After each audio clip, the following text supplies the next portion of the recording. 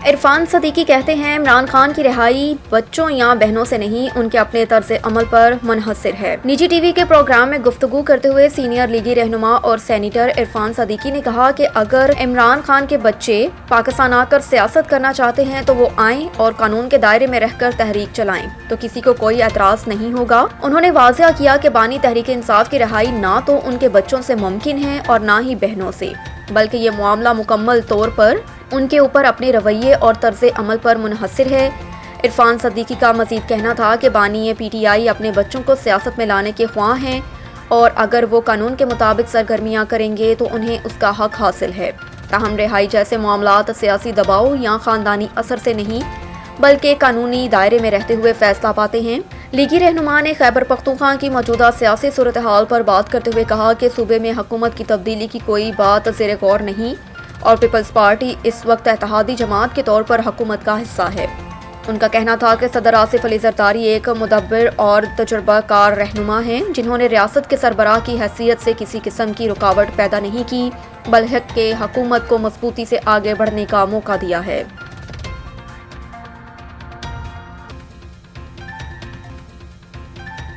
وزیر اطلاعات کی چینی رہنما سے ملاقات، دو طرفہ میڈیا تعاون کو وسعت دینے پر تبادلہ خیال۔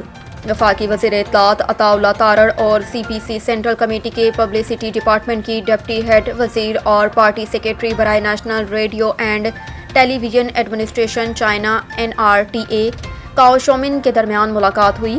ملاقات میں پاکستان اور چیئرمین کے درمیان دو طرفہ میڈیا تعاون کو وسعت دینے، مشترکہ پروڈکشنز، فیک نیوز کے تدارک، تربیتی پروگراموں اور ثقافتی تبادلے کے لیے نئے امکانات پر تفصیلی تبادلہ خیال کیا گیا۔ دونوں رہنماؤں نے میڈیا کے شعبے میں جاری شراکت کو باہمی اعتماد اور دیرینہ دوستی کا مظہر قرار دیا۔ عطا تارڑ نے کہا کہ پاکستان میڈیا اور ابلاغ کے میدان میں چین کے تجربات سے بہت کچھ سیکھ سکتا ہے۔ Digital media, public service, broadcasting اور ثقافتی مواد کی ترویج میں چین کی مہارت لائق تحسین ہے۔ فیک نیوز اور ڈس انفارمیشن سے مؤثر طور پر نمٹنے کے لیے چین اور پاکستان کے سرکاری نشریاتی اداروں کے درمیان روابط اور مشترکہ نشریاتی منصوبوں کو مزید وسعت دینے پر اتفاق کی گئی۔ دونوں رہنماؤں نے فیک نیوز کے خلاف مشترکہ بیانیہ اور تکنیکی تربیت و ادارہ جاتی اشتراک پر بھی اتفاق کیا۔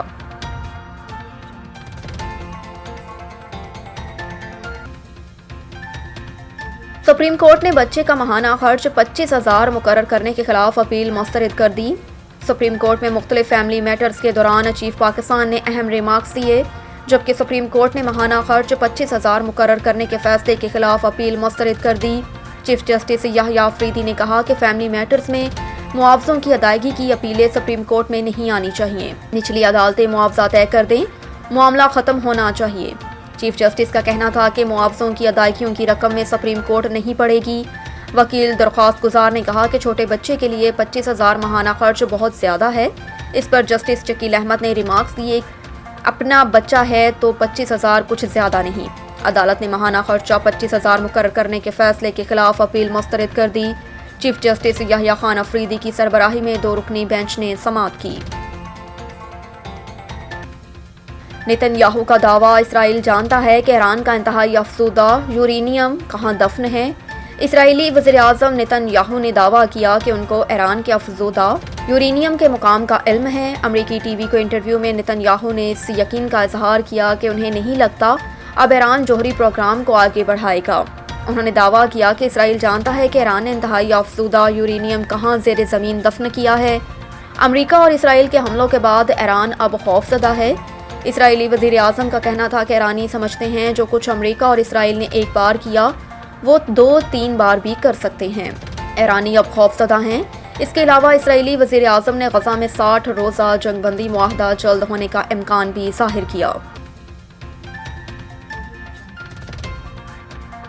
پنجاب کے مختلف اضلاع میں بارشیں، پی ڈی ایم اے نے الرٹ جاری کر دیا۔ لاہور پی ڈی ایم اے نے پنجاب کے مختلف اضلاع میں بارش کے پیش نظر الرٹ جاری کر دیا۔ D G P D M A کے مطابق پنجاب کے مختلف اضلاع میں مونسون بارشوں کا سلسلہ 13 جولائی تک جاری رہنے کا امکان۔ D G P D M A نے بارشوں کے باعث پیدا ہونے والے ہنگامی صورتحال سے نمٹنے کے لیے متعلقہ محکموں کو الرٹ رہنے کی ہدایت کی۔ انہوں نے کہا کہ ریسکیو 1122 اور واسا سمیت دیگر ادارے مشینری سمیت عملے کو الرٹ رکھیں۔ نشیبی علاقوں سے پانی کے نکاس کو جلد از جلد ممکن بنائیں۔ اس کے علاوہ شہریوں کو کچے مکانات اور بوسیدہ عمارتوں سے دور رہنے کی ہدایت بھی کی گئی ہے۔ اور بھارت نے اے سی سی میٹنگ ڈھاکہ میں رکھنے پر اعتراض کر دیا، دستبرداری پر غور، وجہ کیا ہے؟ ایشین کرکٹ کونسل اے سی سی کی میٹنگ 24 جولائی کو ڈھاکہ میں شیڈول کی گئی ہے، جسے بھارتی بورڈ کسی اور مقام پر منتقل کرنے کے خواہاں ہیں۔ بھارتی میڈیا کا کہنا ہے کہ ڈھاکہ میں شیڈول اے سی سی میٹنگ کسی دوسرے وینیو پر منتقل نہ کی گئی تو بھارتی بورڈ میٹنگ سے دستبردار ہونے پر غور کر سکتا ہے، جب بھارتی کرکٹ بورڈ نے میٹنگ کا وینیو تبدیل کرنے کا بھی کہہ دیا ہے۔ بھارتی میڈیا کا دعویٰ ہے کہ موجودہ سیاسی صورتحال کے باعث بنگلہ دیش جانا مناسب نہیں ہے، لہٰذا بھارتی بورڈ نے اے سی سی میٹنگ کے وینیو کو شفٹ کرنے سے متعلق باضابطہ بتا دیا۔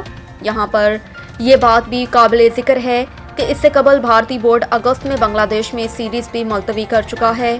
بھارتی میڈیا کا کہنا ہے کہ دونوں ملکوں کے درمیان سیاسی